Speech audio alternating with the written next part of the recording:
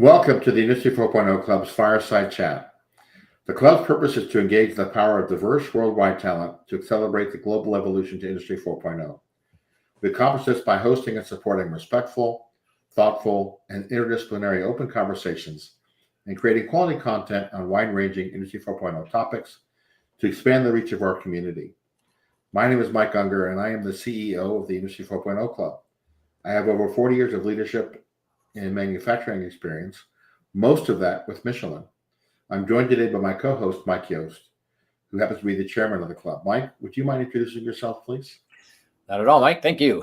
As Mike said, my name is Mike Yost. I am the volunteer chairman of the Industry 4.0 Club, one of its co-founders, and along with Mike, the co-host of our regular fireside chats here. So I've been in industry about 35 years, the last half of it spent in the industrial nonprofit side. So the first half of my career spent on the solution provider side. And I actually worked a good bit with Brandon and heard really good things about Scott. So I'm really excited to talk here today. Our topic is going to be unlocking operator performance to reduce errors and improve quality. We have Scott Wolbers and Brandon Kenning here with us. And by way of introduction, Brandon is the president of Matrix Automation, and he leverages nearly 20 years of experience providing manufacturing execution systems to companies making diverse products, from automotive tier 1 subassemblies and HVAC equipment to mobility medical devices such as motorized wheelchairs. His expertise centers around digital complex assembly, enabling frontline workers, and supporting continuous improvement with digital innovation. I've seen it firsthand. It's good stuff. Scott Wolbers has nearly 40 years of plant management experience with Woodbridge Group and Tower Automotive. He served as a longtime plant manager, as well as an operations manager, a TPS facilitator, and a continuous improvement leader. Now, as a lean consultant, Scott has led innovative Industry 4.0 solution creation while building teams with a can-do attitude. So for those of you that are listening here on LinkedIn today, if you'd like to participate, please go ahead and drop questions or comments into the comments field, and we will do our best to get to them. So with that, welcome, Scott, and welcome, Brandon. Thank you. Well, it's great to have you guys with us as well. Thanks for taking time to join us. So maybe we'll start, Scott, just to get us going. You know, you really have quite a broad background. An extensive lean experience. I think for me, one of the first questions that I'm curious about is Industry 4.0. How does that get integrated into lean to ensure that we keep a people-centered approach that lean is very, very well known for? Well, I think 4.0 ultimately brings all the wastes and the sins of the past forward so that we can move forward sin-free, if you will, with happier customers and happier people in our workforce. Yeah, so go a little deeper on that. So I know, so I have some background with lean, and I know 5 years ago I was scared to death to bring technology in it because I was worried it would impact the culture that we had worked so hard to establish, the lean culture. What's your experience with that in terms of integrating Industry 4.0 into lean thinking? I believe you're spot on that you have to have both. You have to be working your culture along with the 4.0 and the lean. But what I've also found is over time, the workforce puts their arms around it, and you can move forward at a faster pace when everybody's on the same page. I hope that answered your question. Yeah. I'm sorry, Mike. I was just going to jump in. In your bio, Scott, it mentions that you're a Toyota production systems facilitator. I know when I was starting my career in the space, a lot of people would point to lean and say there's no place for technology, right? But we were working. The organization I was working with Toyota, and they were actually using quite a bit of technology to gather the data and present it, and I guess uncover some of the sins as you were talking about before. So is there a connection there possibly between the Toyota way and the lean principles and the visibility that you can get with these new solutions? Most definitely. And most recently, posting things that used to be on paper within the Toyota way, and I'm sure they've evolved as well. I was actually trained by Toyota, so I started out doing everything on paper. But when you put everything up on a digitized screen and you can see the value stream, you can actually see the waste as well. And so the digitization holds the changes that you make true as you go into the future. But digitization is probably the greatest thing that I've seen in the industry. And again, I come from a really old school background where we did it the wrong way for years. And now the possibilities are unlimited, and perfection is definitely achievable. And if I could jump in real quick, lean's always been about people, right? Identifying ways, solving problems, making improvements stick, right? But Industry 4.0 doesn't replace that. It just strengthens it, right? You combine MES, IoT, digital work instructions. We standardize the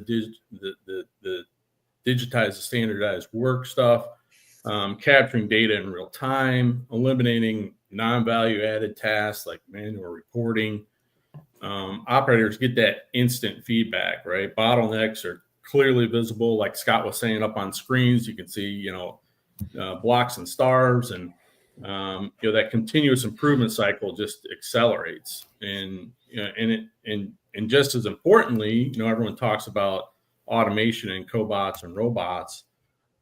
Industry 4.0 creates a path to better jobs, essentially, not fewer jobs, right? Because you take technology, it'll maybe replace the repetitive or manual tasks, but you reskill those operators, right? They're now in system setup or data analytics or even cobot programming themselves, right? So that makes lean easier to sustain. It shows a workforce that technology is there to empower them, not replace them. And it's, you're just helping operators succeed shift after shift and giving them opportunities for, future in manufacturing, right? So, yeah. So if I can follow up on what you said, then that's from your experience in implementing projects with different manufacturers. Can you give an example of where if you close your eyes and think about Joe or Jane or somebody you remember about the before and after, where because of something with Industry 4.0, their engagement has gone up, and what happened? Well, in terms of specific examples, I think we've seen a lot of results in diverse industries, but obviously Woodbridge, where we worked with Scott for a number of years, has seen great results. And Scott, I don't know if you want to talk about those. I don't want to steal the thunder, since you're the one using the application, not me. You're on a roll. Keep going, Brandon. But I guess another example would be Pride Mobility, where they needed consistent quality across multiple plants building motorized wheelchairs, and using MES to standardize those digital work instructions. They reduced operator errors, created traceability needed for FEA compliance. So that not only improved quality, but also gave leadership confidence that every product met the same standard, regardless of where it was being built. So when we digitize that operator experience, quality just becomes built in instead of inspected in. One of the things that I think is really interesting is that some of the things that I think Brandon and Scott probably take for granted. Already heard terms like standard work, and whoops, sorry, I'm giving thumbs up here. Things like standard work, right? And the environments that they work in, an automotive tier 1 environment where you're getting orders on a very short time frame with the opportunity or the expectation to bring the finished product, even if it's sub-assembly, to the end customer in a matter of hours, in the right sequence, just in time, build to order, error proofed, all that kind of stuff. And so I think that in order to do those things, there are some fundamental things that I don't even know if you guys recognize how valuable that is to the outside world. The principles apply of building quality in and understanding standard work and digitizing that, and Pull being system. able to trace things. Yeah, pull systems. I mean, I think it's pretty amazing stuff, and I think that probably more valuable or more. Probably even more valuable than you recognize yourselves. So, Brandon, I know from your perspective, you work with a lot of different customers, a lot of different manufacturers, and a lot of different industries. You mentioned mobility devices, complex assemblies in automotive, appliance industry, medical devices, et cetera. When you engage, you probably likely engage with the business leaders there, right, in talking about future plans and the types of systems that they're looking to get at. What's the typical engagement look like for you guys as you're engaging with systems that are going to impact the plant floor folks, and then working with guys like Scott or counterparts of his in the different business? How do leaders like to talk about these types of solutions and systems? Well, when we talk about Industry 4.0 projects like MES, there's two different conversations, right? There's a C-level conversation that you have, obviously the nuts and the bolts and the dollar signs, but when you get down to the floor, it's overall, you're just making sure that the operators see that technology is something that helps them, that, nobody likes to be monitored, right? That big brother looking over your back, right? So, a project like MES, it helps, it gives people clear digital work instructions, right? Like I said before, real-time guidance, error proofing. But, at the end of the day, they feel more confident in the work that they're doing, right? We've written about this in a couple blogs. One of them actually, I think, titled Operator Confidence and Retention, and a few others on digital work instruction. But they all highlight that new hires often get, quite frankly, overwhelmed with the thick paper manuals, or trying to absorb years of tribal knowledge through OJT, right? But with digital tools, we flip that experience. So operators are guided, supported, and engaged from day one. I think that kind of makes all the difference, right? If you can,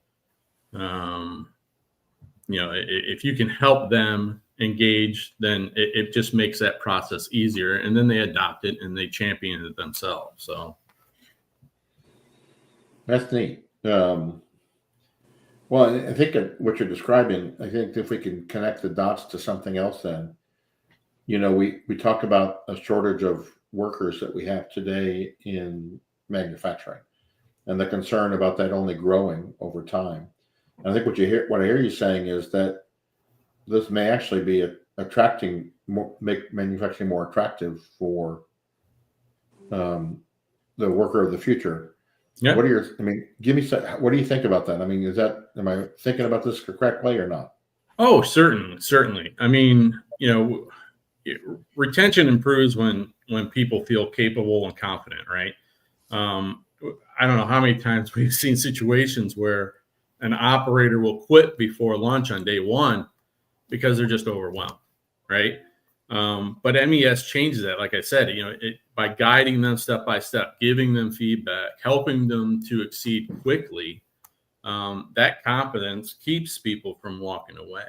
And then on the attraction side, perception matters, right? We've all heard the quote, but manufacturing isn't dark, dirty, and dangerous anymore, right? The 3Ds. Today's plant floor, it's digital, right? It's data driven and it's safe. And when younger workers see that, it changes their perception of manufacturing is a career, right? Overall, people don't quit when they feel supported.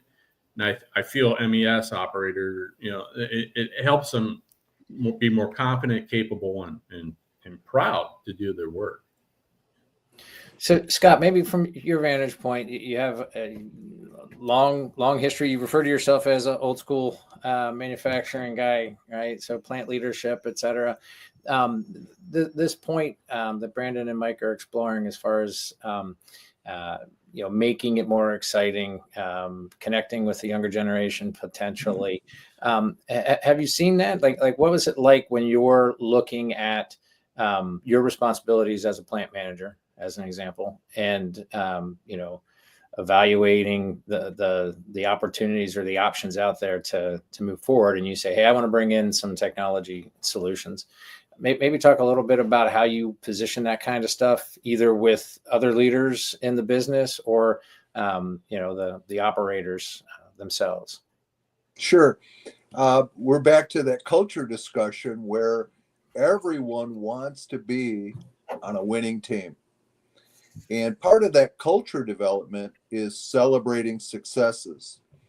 And with the MES system that we put in place 20 some years ago and evolved it with the industry, what we found was we were having nonstop celebrations. We had perfect safety. We had perfect quality.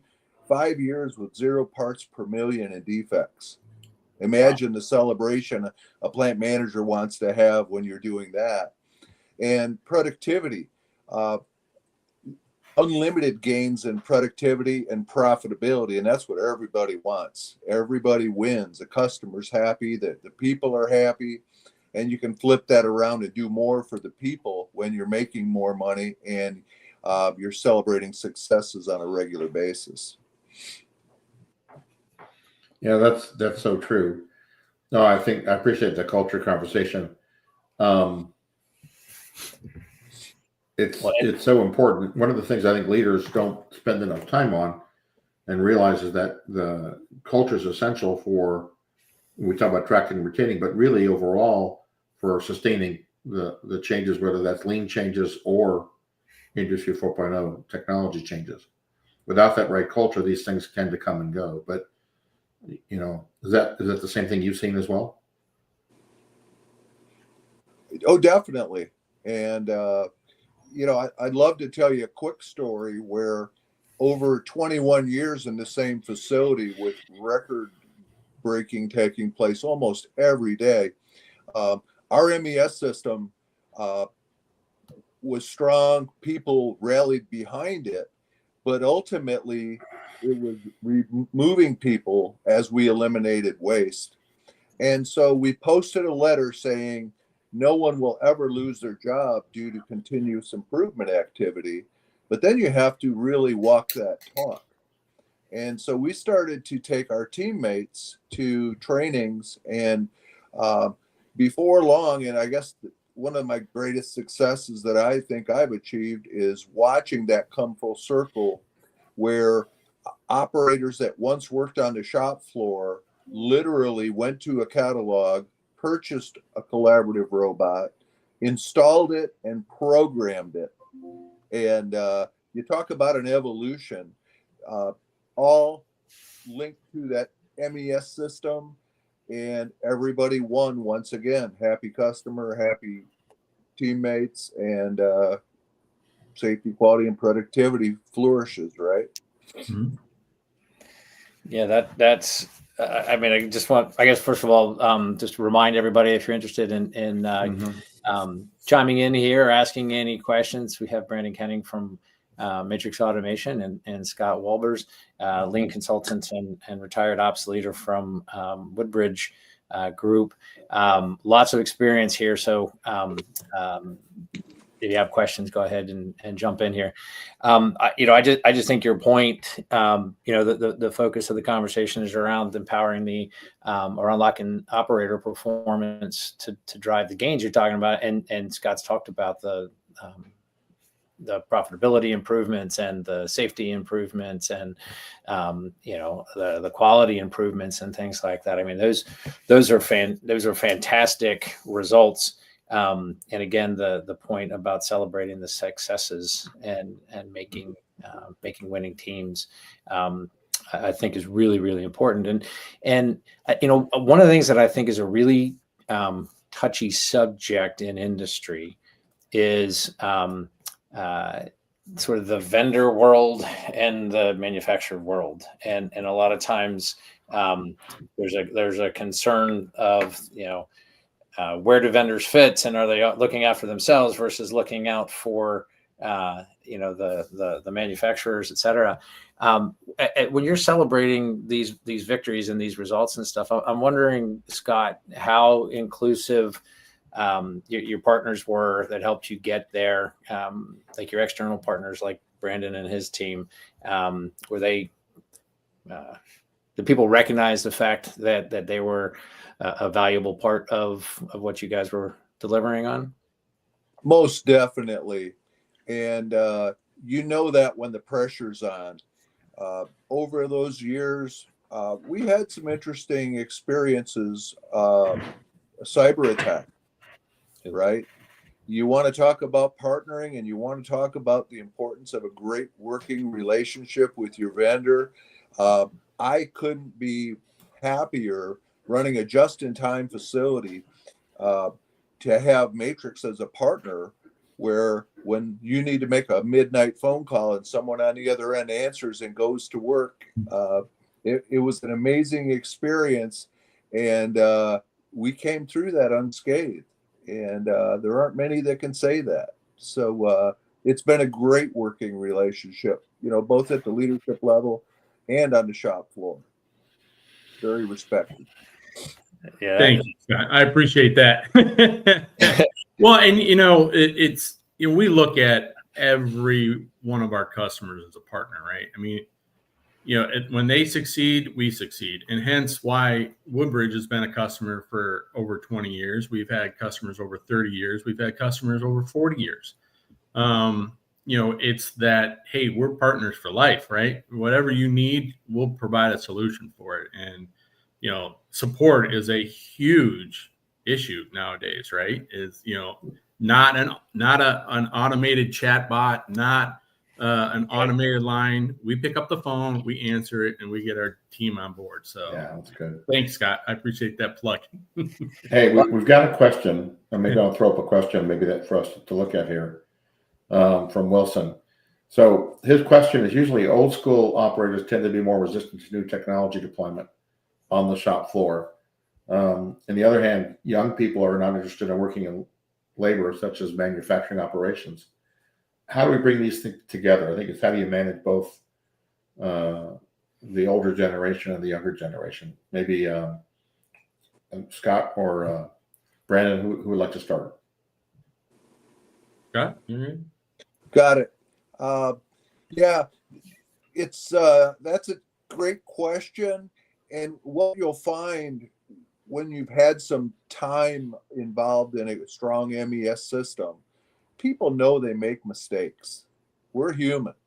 And when MES is catching your mistakes, there's no questioning it. The system really works well with the operators. And over time, there were no old school operators left because everybody appreciated the fact that their mistakes were being caught.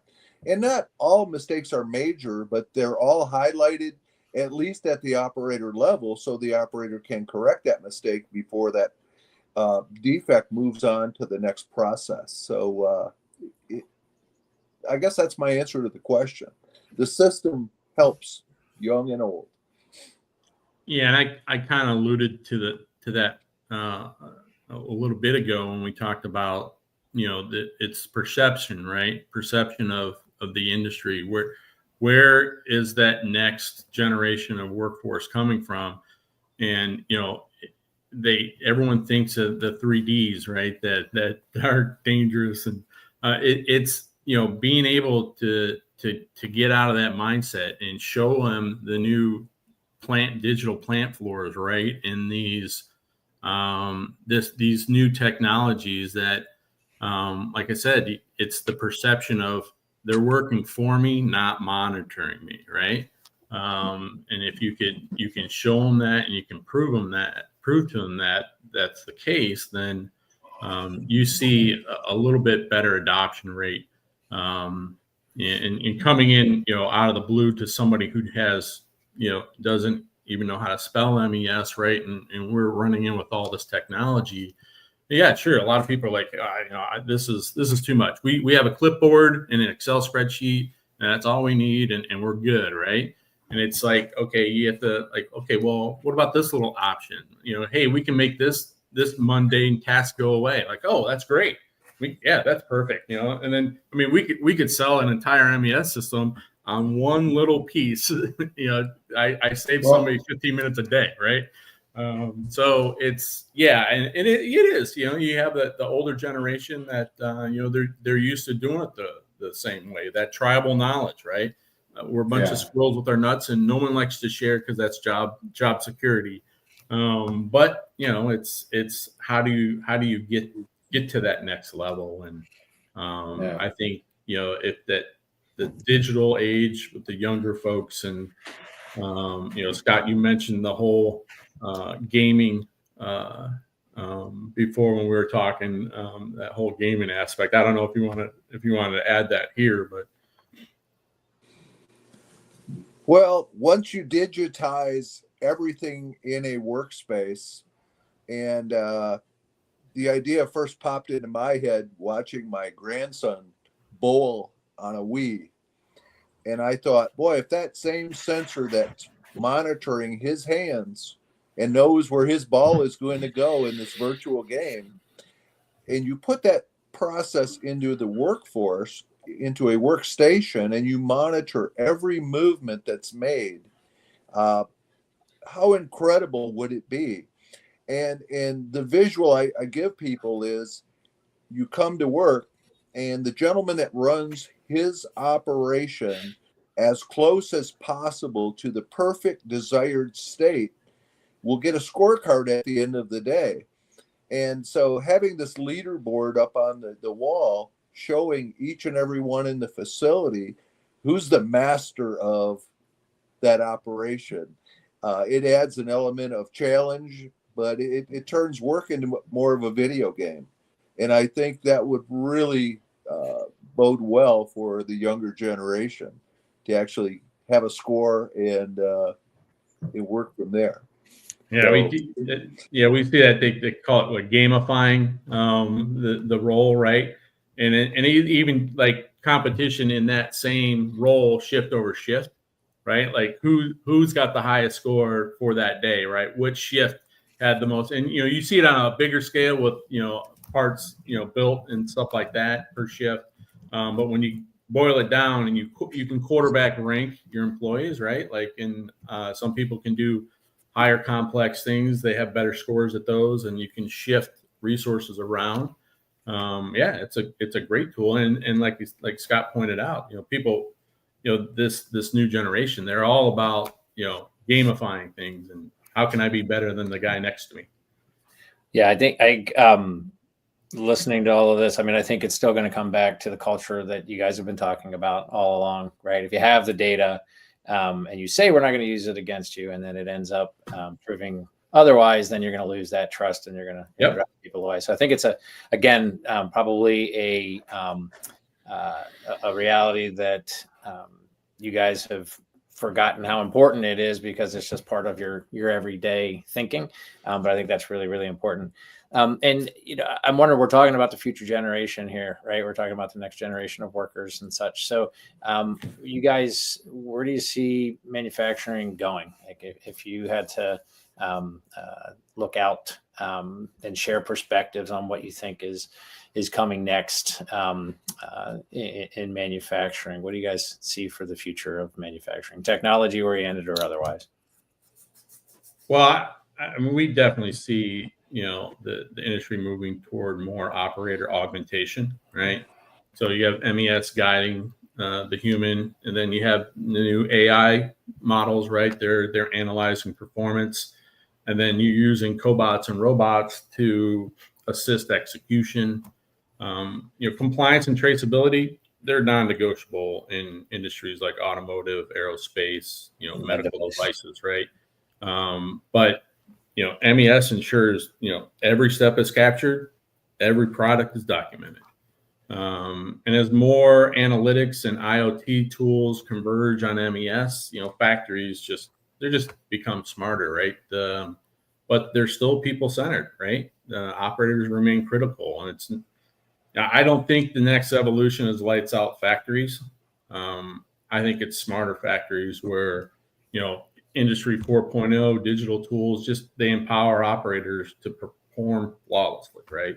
That's our end goal, right? And Scott's seen it, 0 parts per million. So it's attainable, right? It's just, but there's disciplines on both sides. There's discipline on, the operator from the top down, right? Fish thinks from the head down. So it's that culture again, right? It's all about culture and how you adopt the technology. Scott, how about you? Where do you see things headed?